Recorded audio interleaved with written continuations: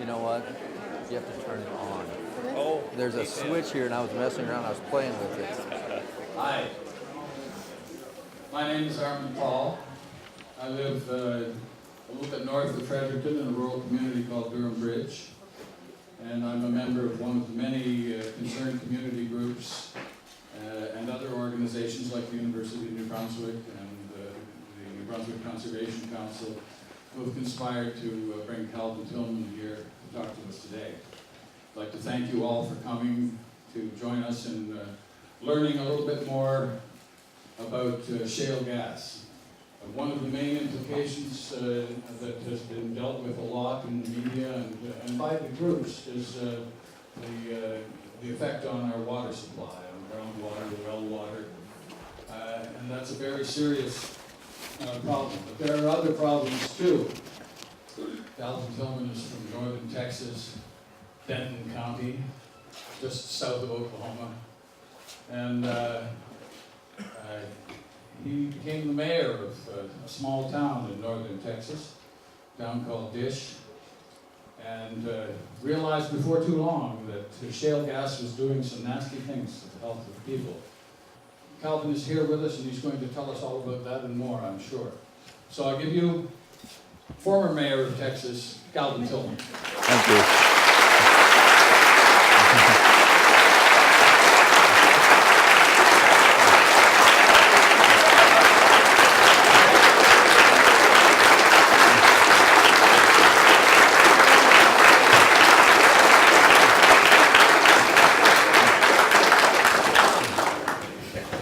With receptions like that, you're going to keep wanting. You're going to keep making me want to come back.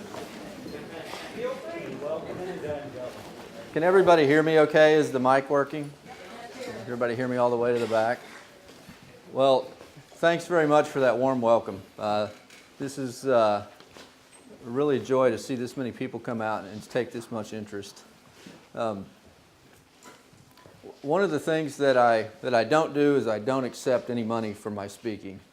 And so, under no circumstances will I personally accept any funds for coming here and speaking today.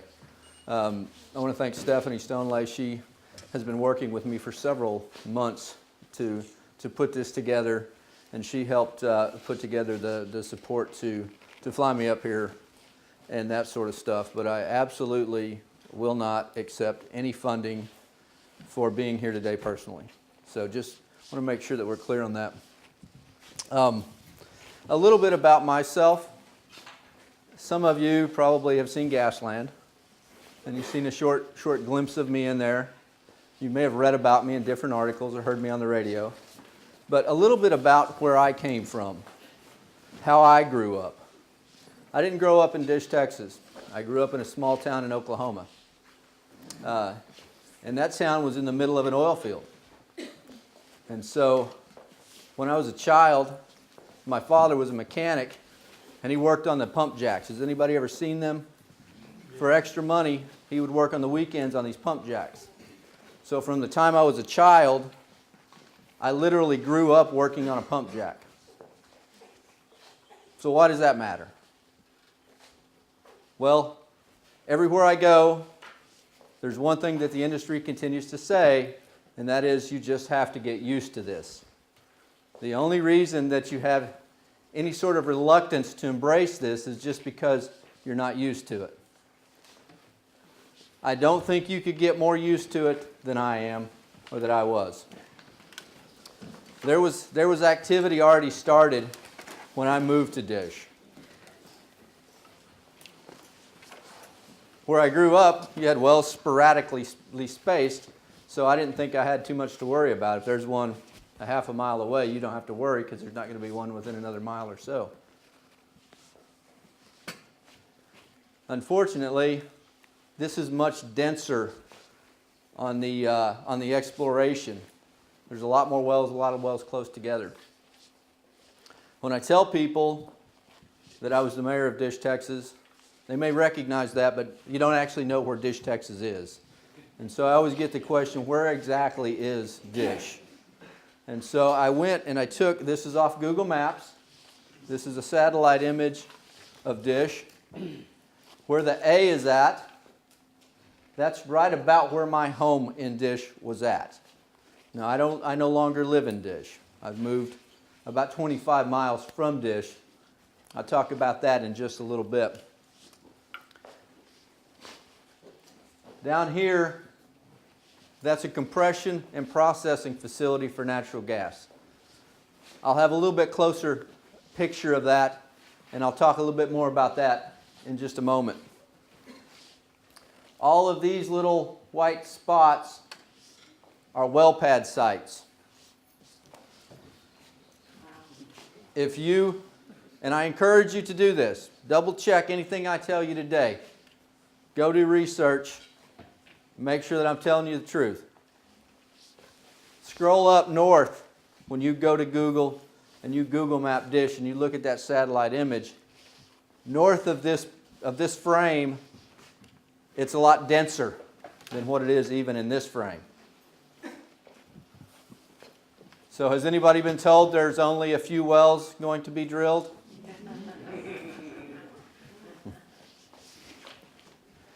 Dish is located in North Texas. We're about 25 miles directly north of downtown Fort Worth, Texas. Most everybody's probably heard of Fort Worth. For those NASCAR fans, I could walk out on my front porch in Dish and I could see Texas Motor Speedway. So we're right north of Texas Motor Speedway. We're a pretty small community of about 200, about 2 square miles.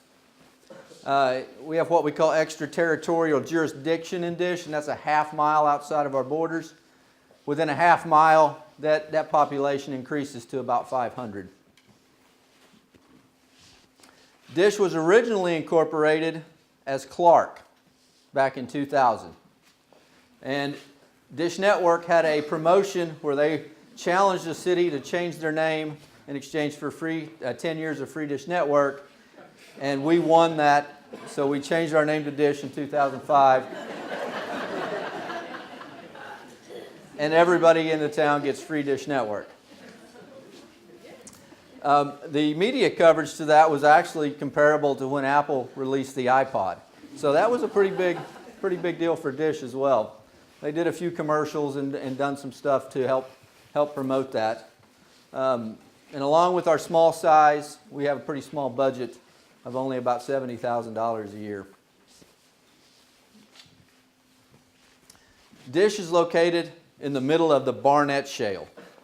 And the Barnett Shale is a tight gas reservoir, and the shale has to be fractured in order to produce natural gas. Now, the technology that's being used in all of the shale gas plays or the shale gas fields was developed about 15 miles to the west of Dish in the Barnett Shale. And that was in 1997. It took them almost 20 years to figure out how to fracture the shale and to make it produce natural gas. The company that did that was Mitchell Energy, and they were later purchased by Devon Energy. You may have heard of Devon.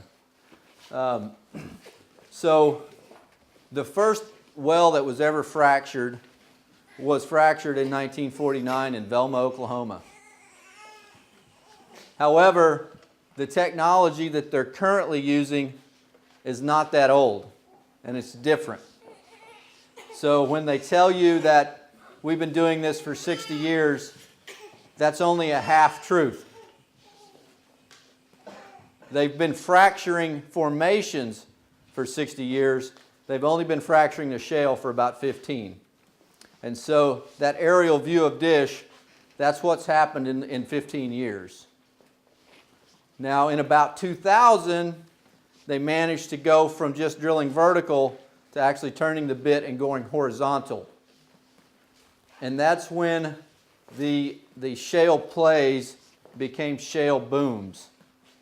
That's when the activity really started to pick up.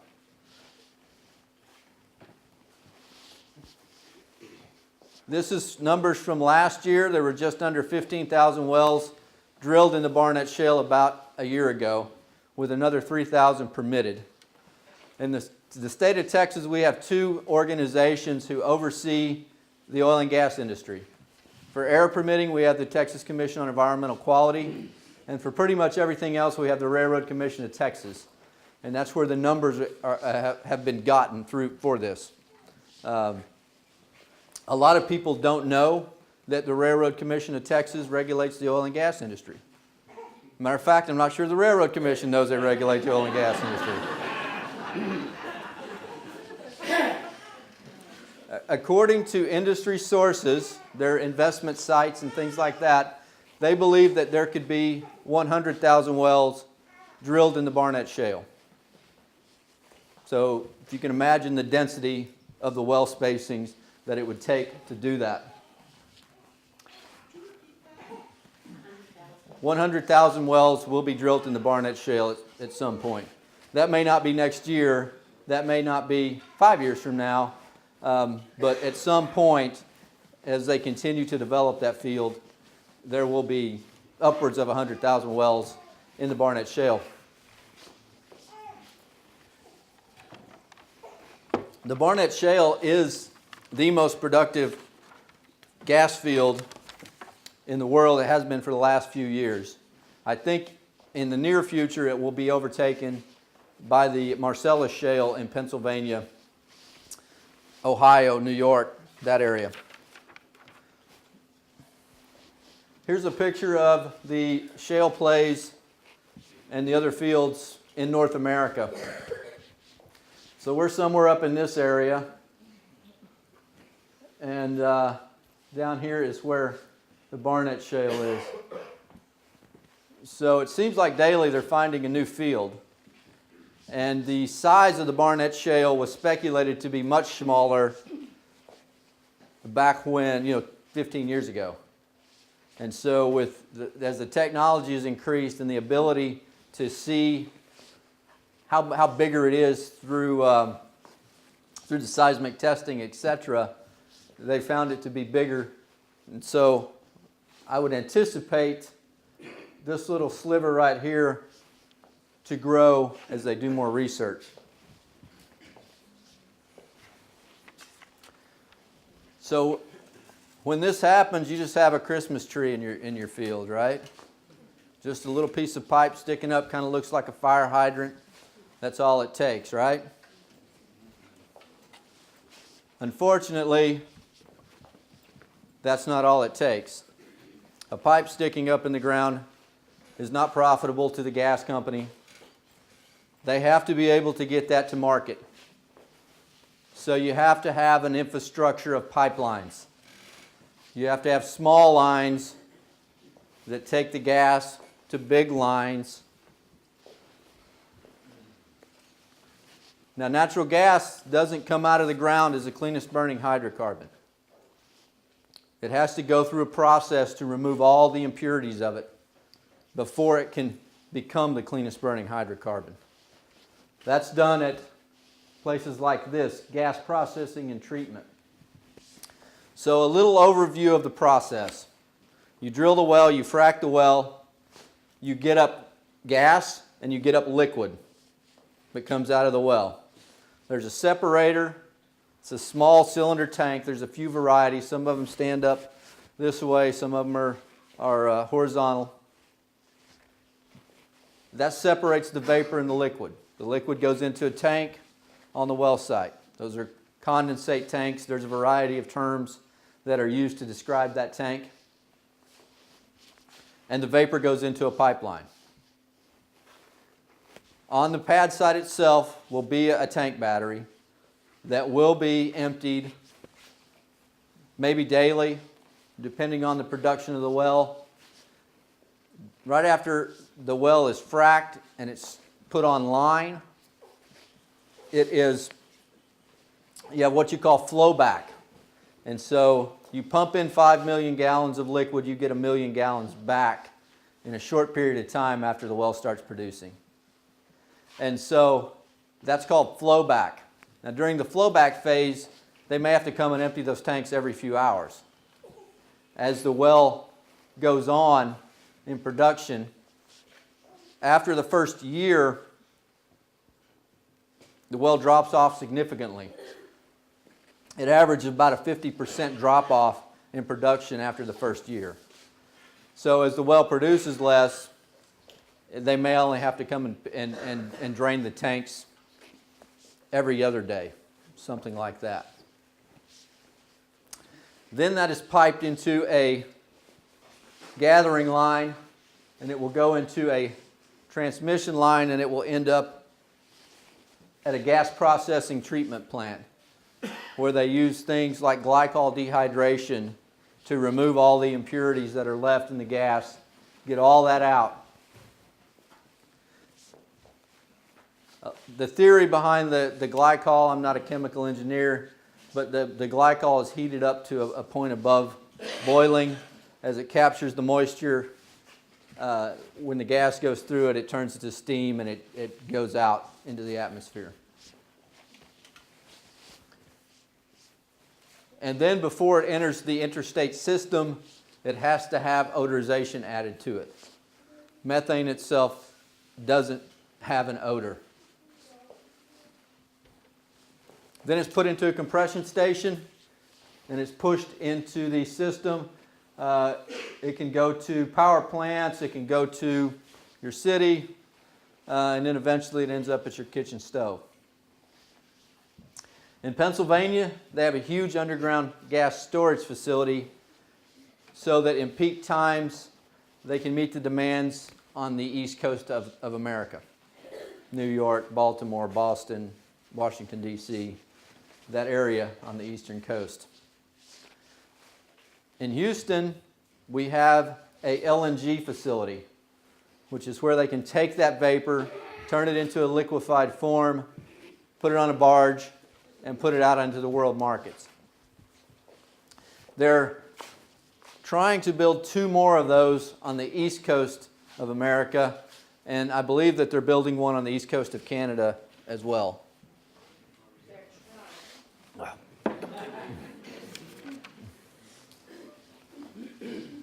Someone had earlier told me that they thought there was already one there. If there is one there, they're trying to build another one, because I just got a press release the other day that said that they were going to build a new LNG facility. So if there's already one there, there's going to be another one built. It's a little bit more than a fire hydrant sitting in your field. And this is the only way that this can be successful for the industry, is you've got to have this kind of infrastructure.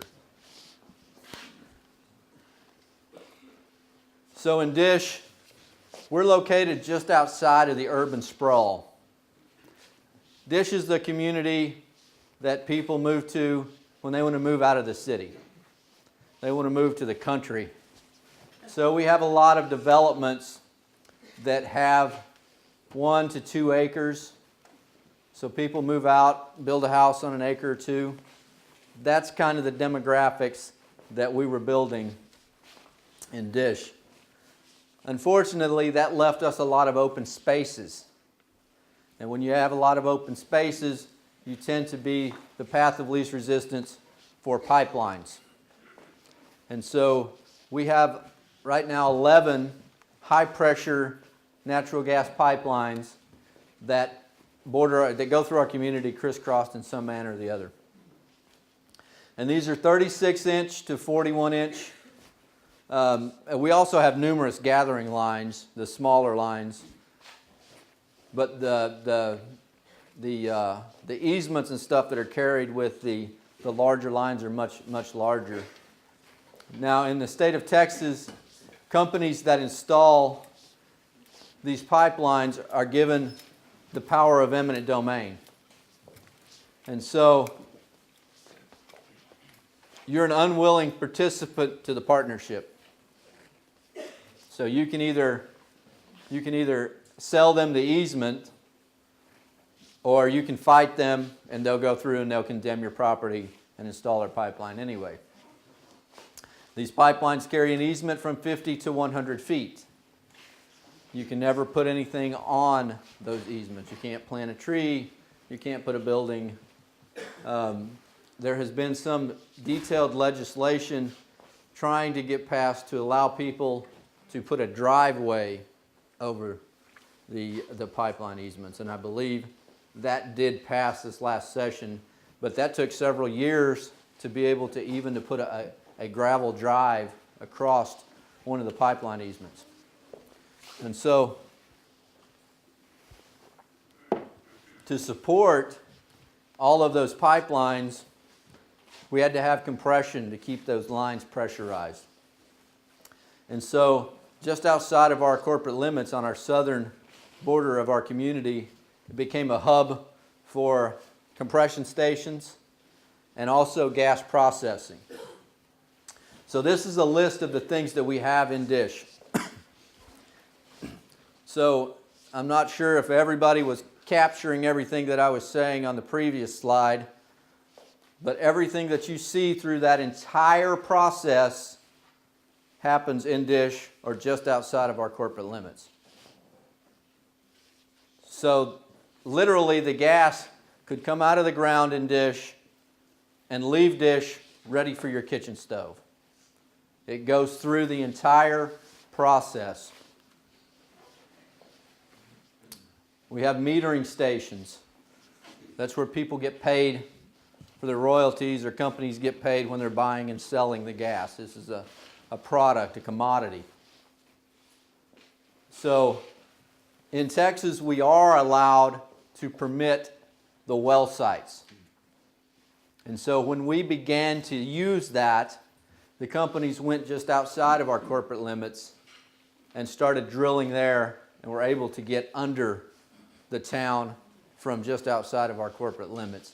So you see there's a lot more outside of our corporate limits, just outside of our corporate limits, than are actually inside of our corporate limits as far as the wells go. There's an aerial view.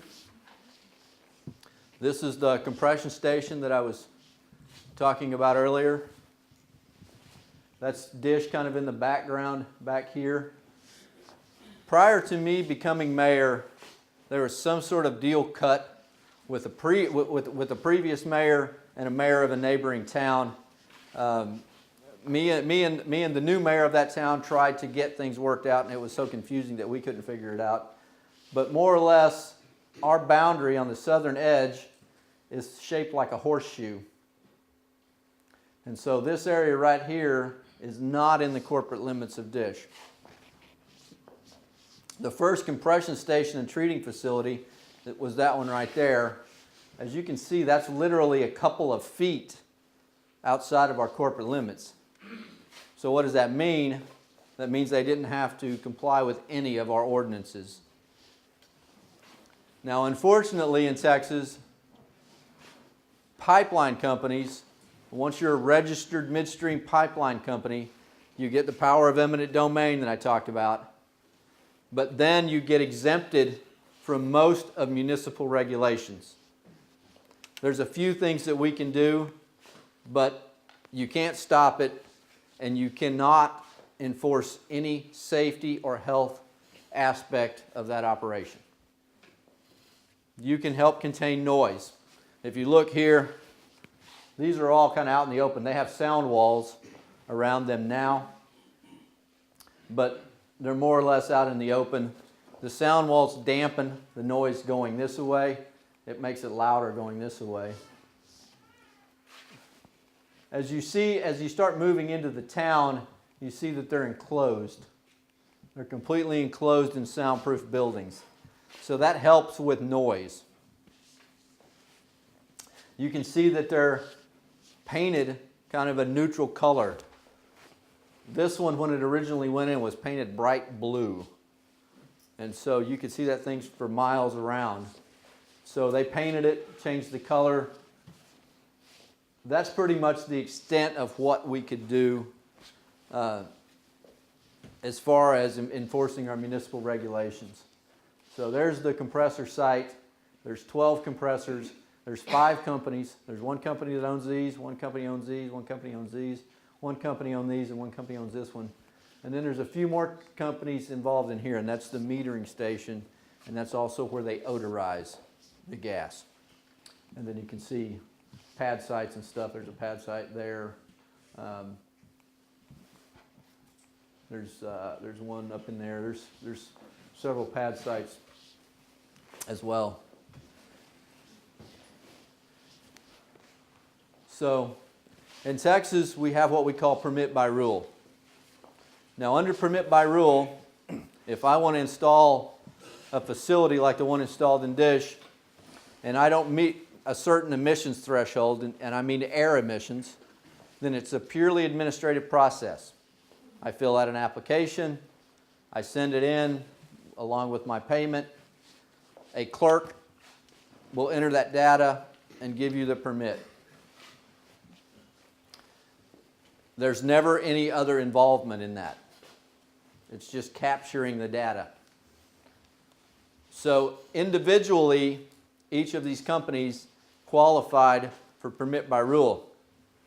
However, collectively, they were well above the requirements for the permit by rule. So you had 5 companies who worked more or less in collusion to install this facility to get around stricter permitting requirements. So you didn't have any public input. You didn't have any public meetings. You didn't have any public notice. I don't know if you noticed, it was during the spring when the first facility got installed. We didn't know that it was being installed until we saw a muffler above the tree line. That's when we began to investigate what was going on. So they utilized a loophole in order to put the facility in with very little involvement from the regulatory agencies. These are the companies that are involved in that compression station. Enbridge is actually a Canadian company. We should keep them up here. And then Energy Transfer, Atmos, Chesapeake, and Crosstex. This facility has actually been removed. They have moved that compressor out of Dish to another location. There's another view of the compressor site from a horse ranch that's next door. As the facility began to grow, once the muffler popped up and the compressor started coming online, you immediately notice the noise that these things make. Some of these, I mean, you've seen the previous slide showed the number of engines and the horsepower of those engines. Some of these engines are 3,500 horsepower. Most of them are around 1,500 horsepower. So they emit quite a bit of noise. Whoa, that didn't work out well. I think we're okay. So, as the processing began to come in, that is a dehydrator right there. See those towers, that's part of the process. As those began to come in, the odor started to become more offensive. And you see this is on the southern edge of Dish. The winds typically are out of the south, so it would kind of trail over the entire community. And so, does anybody notice anything strange about those trees? They're dead. So, I hate to break it to you. See those trees? Those trees are alive. The grass is green. This isn't wintertime. Literally from fence line to fence line, all the trees died next to this compression site. And they all died pretty much at once. You can see a stump here. There's some trees laying there. The entire length of that compressor site, all the trees are dead or dying. So that made us start to think that maybe there was more to this than just an offensive odor. Maybe there was something that would cause some greater concern. So we complained. As was said in the intro, we complained to our state regulatory agencies We complained to the operators themselves. We complained more or less to anybody that would listen to us. Me being elected official did nothing to help that at that point. Finally, the industry decided they were going to do a study. They wanted to meet with me. They said they were going to find the source of these odors and that they were going to prevent them from happening in the future.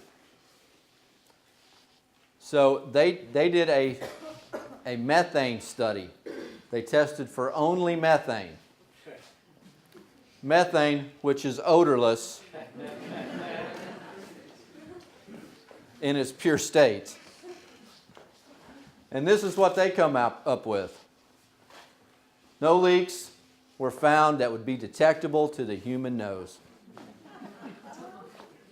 So if you went to our state regulatory agencies and did a public information request of all the complaints in the town of Dish over the past several years, you would find hundreds of complaints filed by citizens of Dish against this facility.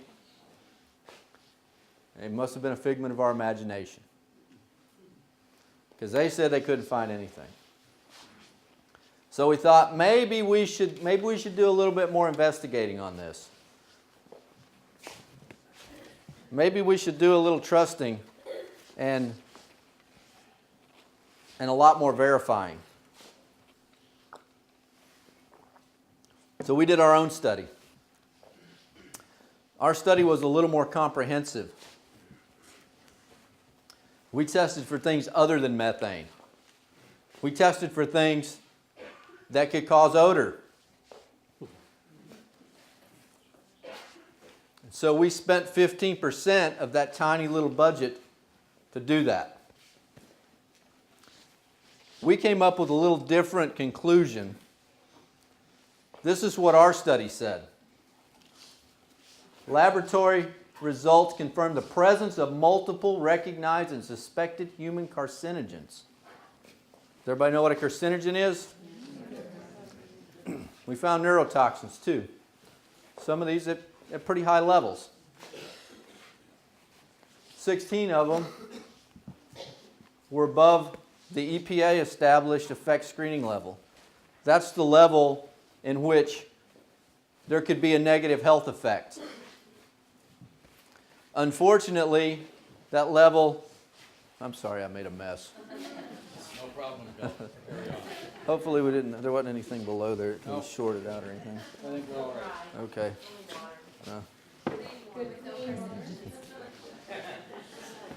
And so the effect screening levels set by the EPA are set in an occupational setting on a 35-year-old male who's exposed to chemicals such as these on a 40-hour work week. They're not set on children, pregnant mothers, or the elderly.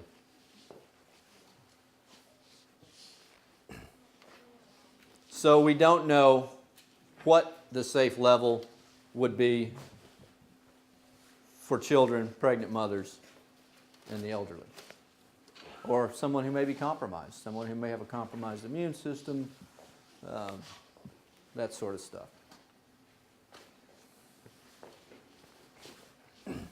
Here are some more pictures to show the number of pad sites possible. Now, on each one of those pad sites, you're going to have a tank battery and a semi-truck with a tank on it coming to pick up the waste water every day, essentially. So that puts a number of trucks on the road to go and do that. One of the things that I didn't realize I would recognize when I moved from Dish out of the Barnett Shale was that there's no truck traffic. And you can drive on the roads.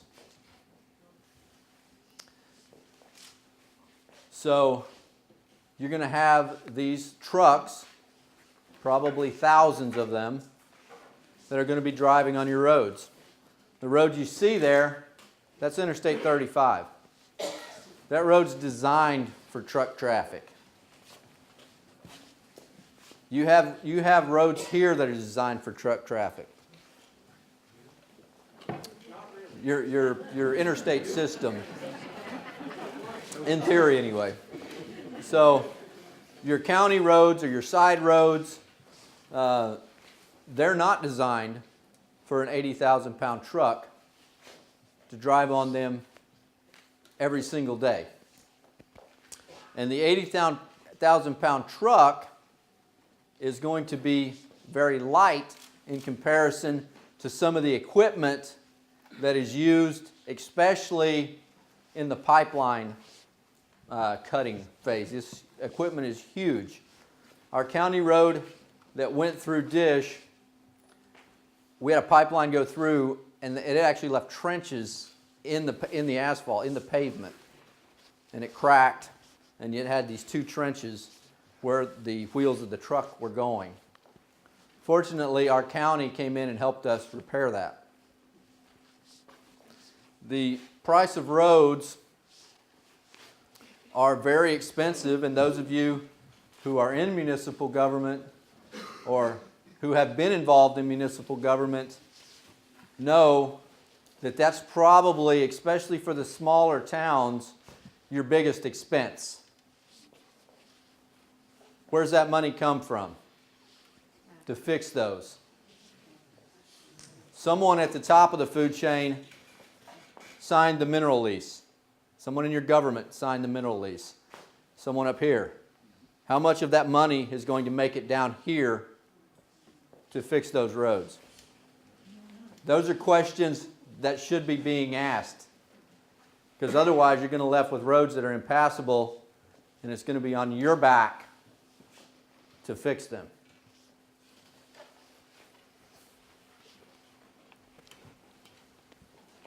In Texas, we have what's known as a split estate. So you may own the surface and not own the minerals. Someone else could own the minerals. You have the same situation here, only your government owns the minerals. So when you buy a piece of property, you are hamstringed by whatever lease was signed on that property.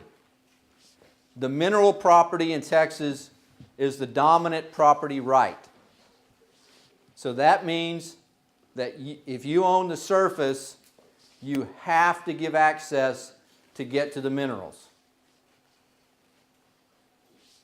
And a lot of times, the compensation for that access has already been decided. It's already in the lease.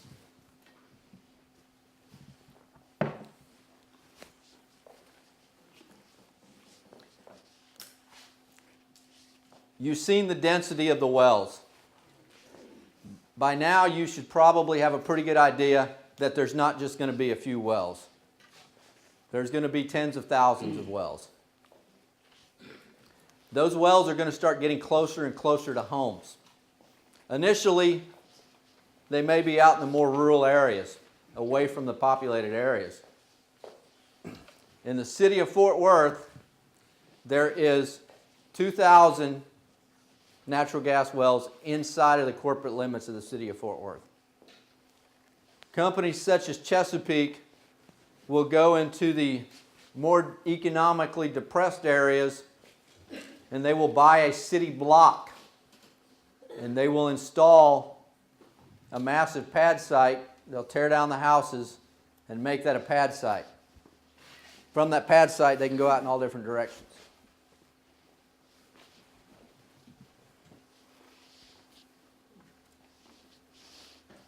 In Dish, there was people who benefited. There was people who got royalty payments and signing bonus payments. They've moved away. Actually surprised if I don't see one of them up here in one of my trips up here. Most of them moved to Colorado, but I know that some of them do come up to Canada in the summertime especially. But they don't live in Dish.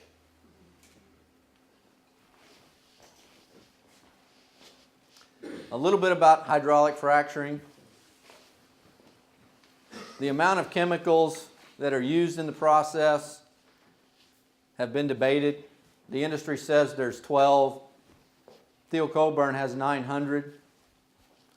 Those of you who don't know who Theo Coburn is, she has an organization called the Endocrine Disruptor.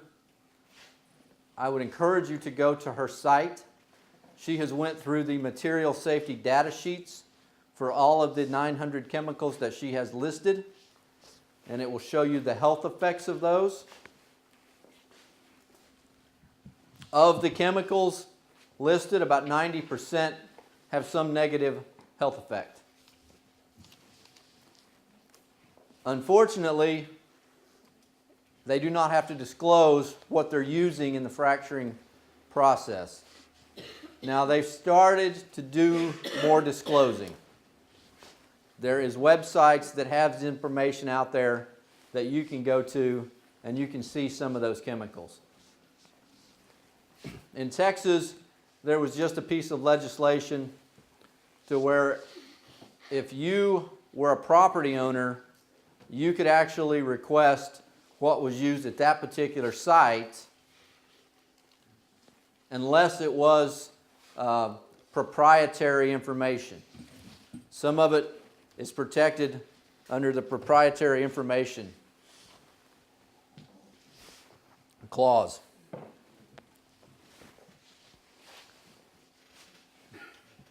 And so what they use here may or may not be the same as what they're using in Texas or Pennsylvania. What they use at this particular occasion may be different than what they use 50 miles from here.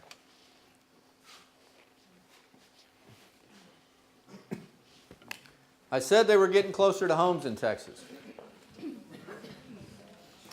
gentleman who owns this home has become a very close personal friend of mine. He moved out to rural Wise County, Texas.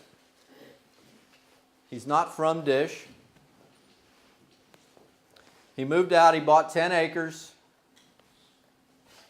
paid $250,000 for that property, had a home on it. He updated the home, built a barn for horses, built a nice pipe and cable fence, which consequently is a pretty popular thing in Texas. There's a lot of pipe fencing. It's a real aesthetic and it's safe for the horses. So he built a pipe and cable fence. And then without notice, without coordination, a company called Aruba Petroleum showed up, took a cutting torch to that pipe and cable fence, and bulldozed 4 of his 10 acres. And they installed 2 gas wells. Tim was involved in a split estate. He didn't own the minerals.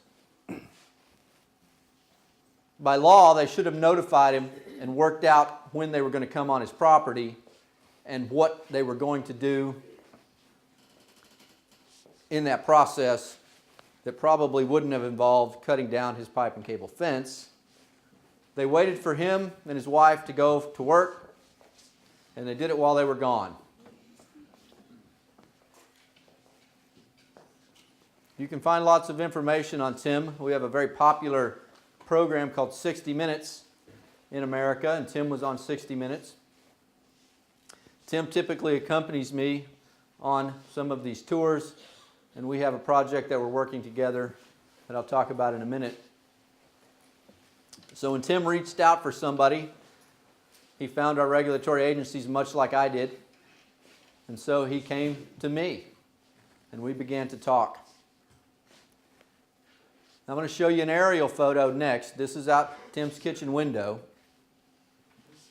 And you will see that there is literally thousands of acres around his property that this well pad could have been put.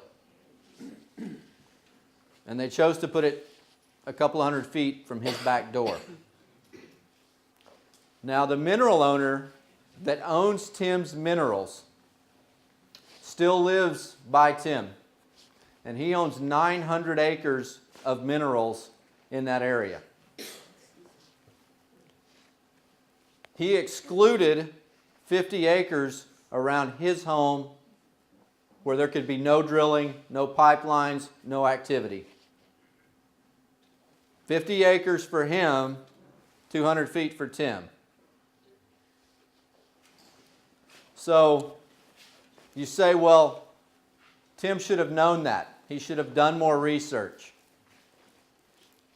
When you're signing your papers to buy your house, if you don't own the minerals, there's a piece of paper that you sign. It says, I acknowledge that I don't own the minerals in this property. Tim asked his realtor, what does this mean? It means if you're digging in your garden, you hit oil, it's not yours. Didn't say nothing about him bulldozing 4 acres of his property. When I sold my home and dish, I had a difficult time disclosing the situation.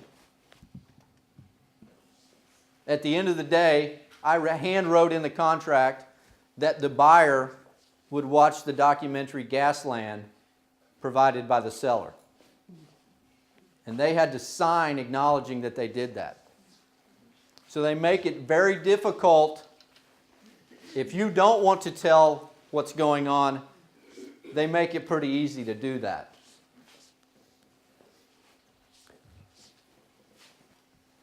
If you've done much research on this subject, you've probably seen this picture before.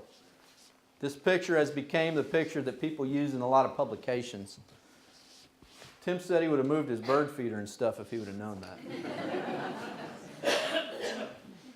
This is an aerial view of Tim's property.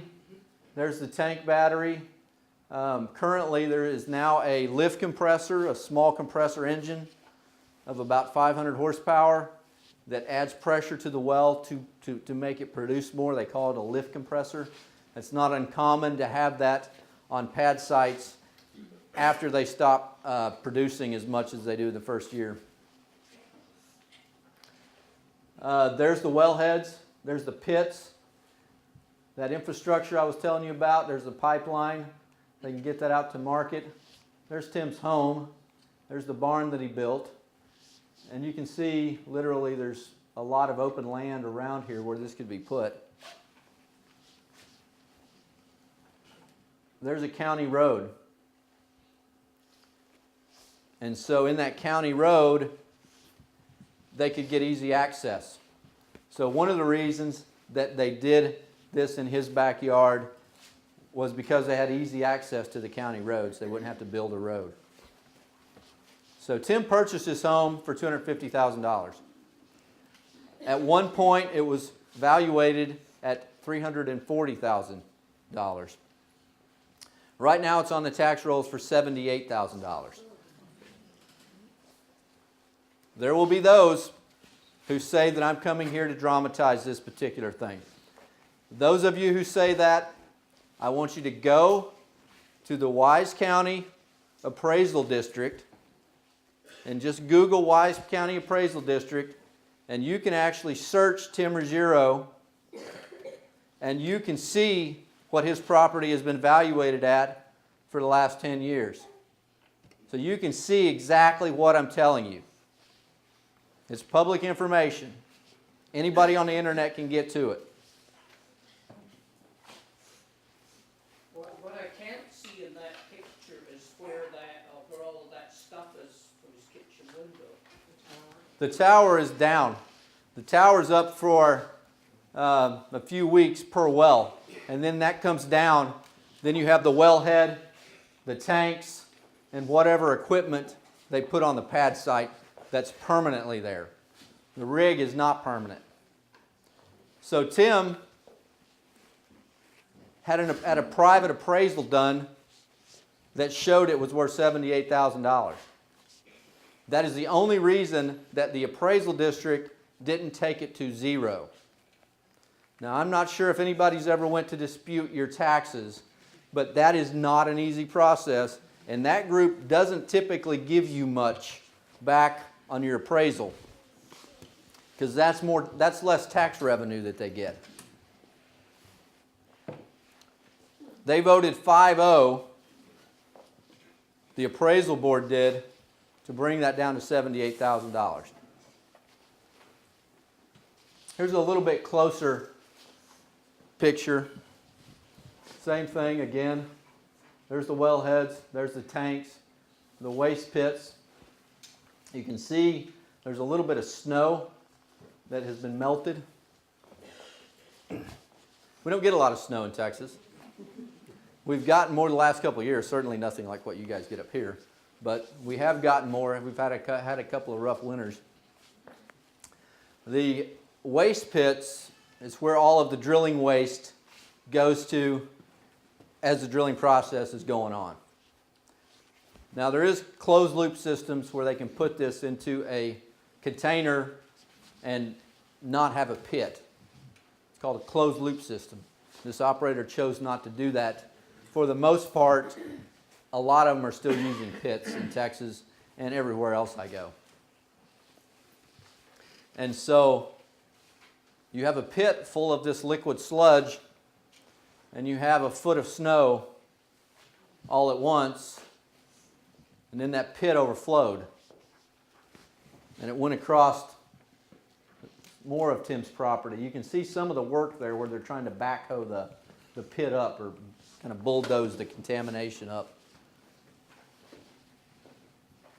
So the pit overflowed across a big part of his property. Now the company has tried to bring that back to where he could use some of that property, and they can't get grass to grow. They've reseeded 3 times up in this area. Then they brought in something like 6 inches of topsoil to put on top of the pad site. And they've been unable to get the grass to come back in. So to prevent themselves from spending probably $10,000 to build a road, they cost him 75% of his property value and forever altered his ability to use the property in the way that he was intending on using it. There's Tim's daughter playing. This is a picture of a hydraulic frac job in work. This is all silica sand. That's what that white dust is. That's a sand truck right there that'll haul that sand. You can see there's a large number. There's some aerial views out on the internet. I may actually have some here in my photos that show how many trucks it takes to do this process. There's another sand truck. In order to get the water, they will pipe the water in from a pond or a lake or we call them stock tanks in Texas. It's just a man-made hole that's dug out that fills up with water. And so that's where they will get a lot of the water that they use. If they can't do that, then they have to truck it in. And then you have several hundred trucks bringing in water.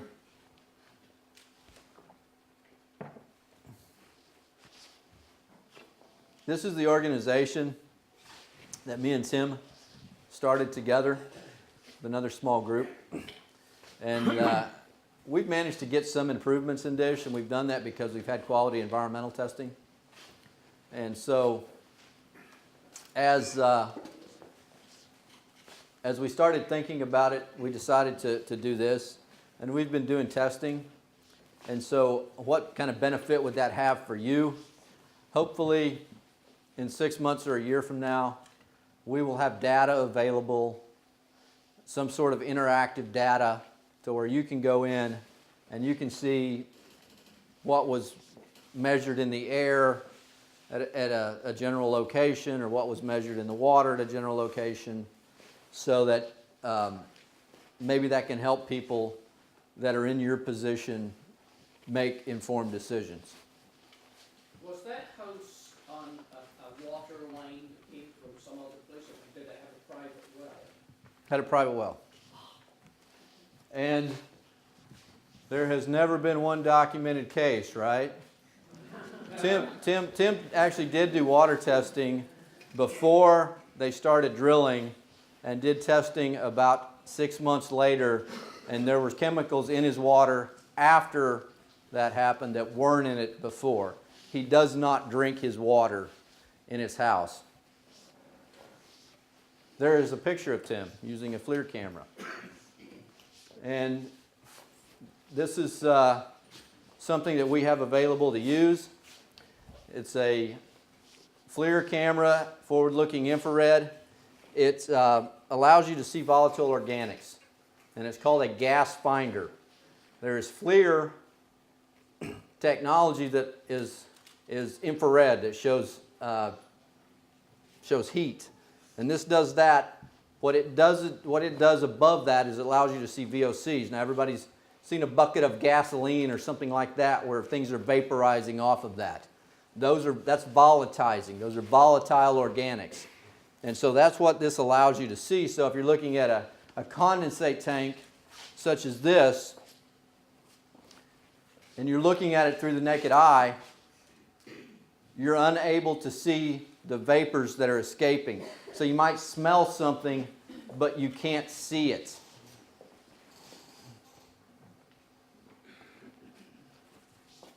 I don't know if everybody can see that, but there's vapors coming out of the hatches. Those are supposed to be sealed. And then there's vapors coming out of the vent for those tanks. So by design, those aren't supposed to leak. By design, that is. That's supposed to vent. They can take that and they can put it into vapor recovery and prevent that from happening. There's no mandate on that. There's no regulation of that. This is a well site. They don't have to get an air permit. They anticipate, we'll get questions in a minute. They anticipate, or they don't anticipate this becoming a major source, and so they do no regulation of that. We have one more. And so, in Dish, we did our air study. I tried for 2 years to get the regulatory agencies out to help us and to do that same study, and I couldn't get them out. After we released the data from our air study, and we figured out that they had no idea that they had permitted 5 sites right next to one another. That's heat. That's what heat looks like. There's actually some cool pictures of cows coming up, so I'll let it run. So they didn't even know that they had permitted all these facilities that were causing all of our problems. Once we exposed the weakness in that organization, they were everywhere. I couldn't throw a rock without hitting 2 of them. Every single day they were in Dish. And they were doing testing, and then they decided to do a big test throughout the entire Barnett Shale. I have a copy of that test over here. I also have a copy of an industry-funded test. Are the cows up here yet? No. Here they are. Here's the cows through infrared.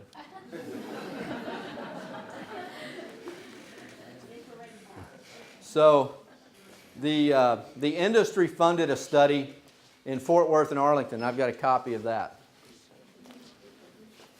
Now, if you looked at all 3 of those studies, and I've got them right here, and they're all available online, you would find that just the lab results alone, if you just looked at the lab results and nothing else, they would be very similar. You would find the same chemicals. You would find exceedances of those effect screening levels. The TCEQ actually found a level, the long-term health effects for benzene is 1.4 parts per billion. They found 15,000 parts per billion in a facility just west of Dish, a couple of miles.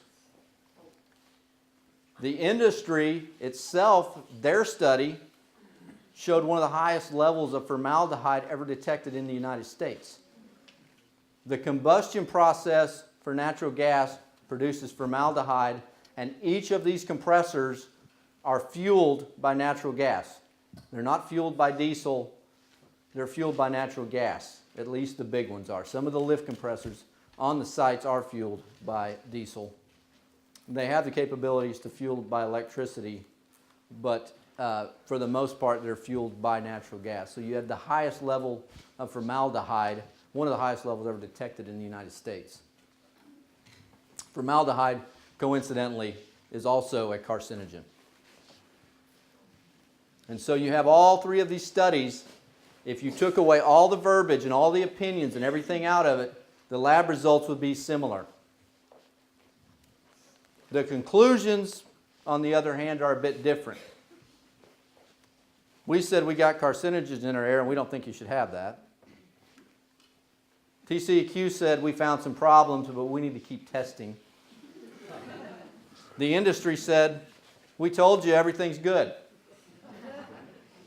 Now all of that data is over here. So why do I tell you that? Because some of you are going to go to perhaps an industry presentation, and someone is going to be down here from the oil and gas industry, and you're going to ask them a question about me, about what I'm showing you today, and they're going to say I'm a liar. I have all of the empirical evidence sitting right over there. I have pictures. I have lab results. I have empirical data. You can look at their study and see that they actually got some higher readings than we got in DISH. And that was the best case scenario they could ever have. But they still will try to convince you that I'm a liar. And some of you will believe them. I will show you all this empirical data, and they will simply say he's a liar and have no data to support anything that they just said, and some of you will believe them.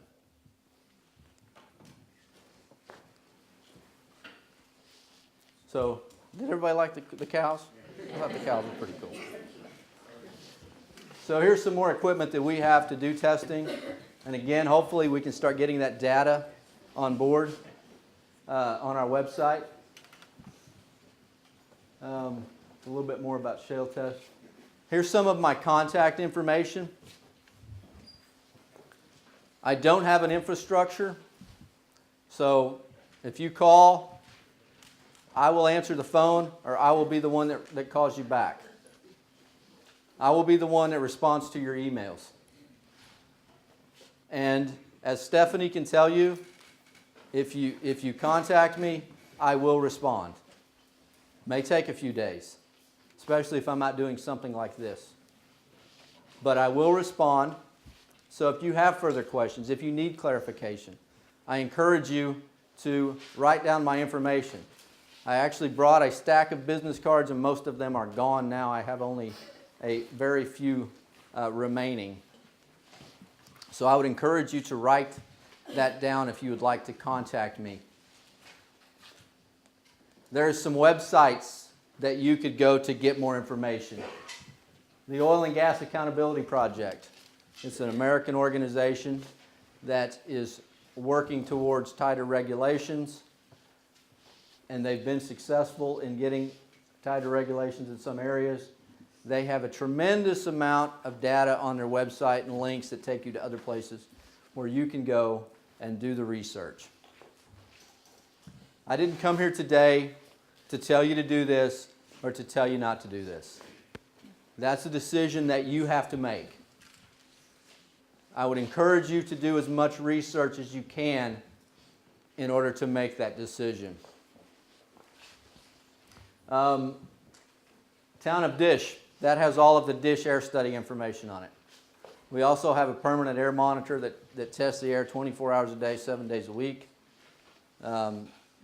It's not in the greatest location to give us the best results, but it does show you trends, and I think it's been valuable to have.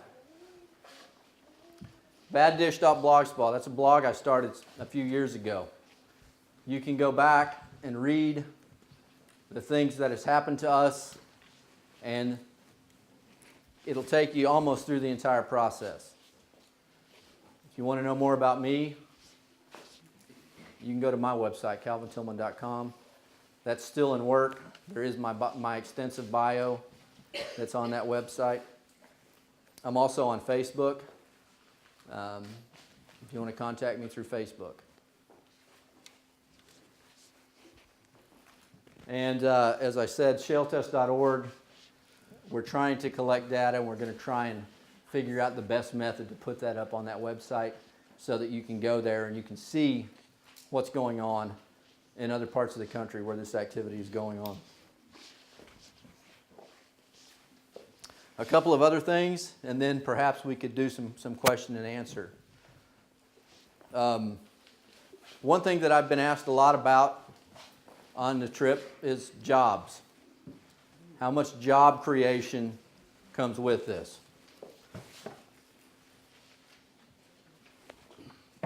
And Texas is not a good example to use because the oil and gas industry more or less started in that area of the country, or that area of the world. And so there's always been lots of people who work in the industry in Texas. So I'll use Pennsylvania probably as an example where you don't have a lot of activity, and so you have this industry moving in. How many jobs or what kind of jobs will that create? Do I have any certified pipeline welders in the room? Is there anybody who has experience working on drilling rigs? Okay, we do have one guy. There was a guy. There's been a couple of folks in each of my presentations. And so if you don't have those skills, probably for the most part, those trades are going to be imported. Maybe from my neighbor, maybe from somebody in Texas who's been doing this for a while. Maybe from somebody in Western Canada. I'm not sure about the visa laws, but the industry will bring in someone to be as productive as possible. Several years ago, when I moved to Texas, there was an article in the Dallas Morning News that said a lot of the drilling companies were having problems hiring people. And so they actually went down to Huntsville, which is our prison, and was hiring people as they were coming out of the prison to work on the drill rigs. Of course, that changed with the downturn in the economy. And, at that time, natural gas prices was $12 a million. Now it's $3 and change. And so there's not as much activity going on. And so I think that the market's a little more saturated with workers than it was back then. That was back kind of in the heyday of this activity. In Pennsylvania, the locals, for the most part, got jobs driving trucks or being security guards for the pad sites, things like that. That's not to say that someone couldn't go to work on one of the drilling rigs as an entry-level type position, but I think at least initially the crews are going to come from outside of this area. And I'll be perfectly honest with you. I'm 39 years old and I'm pretty fit. Working on a drill rig is very tough work. It's very dangerous work. So I'm not certain that everybody that needs a job could actually do that kind of work. And if you could, you're probably not going to do it for too long. And that's long hours. You work 12, 14 hours a day, and then you work, in some areas they work 2 weeks on, 2 weeks off. In other areas they work 1 week on, 1 week off. So I'm not sure what you heard about job creation, but things like truck drivers, that's fairly easy to get somebody trained up to do.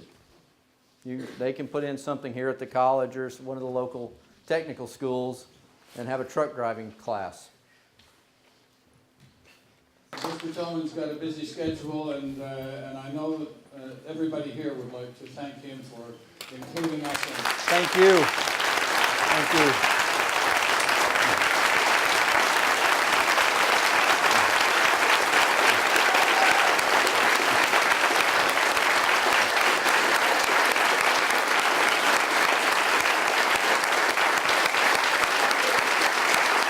Let's have some awesome crowds.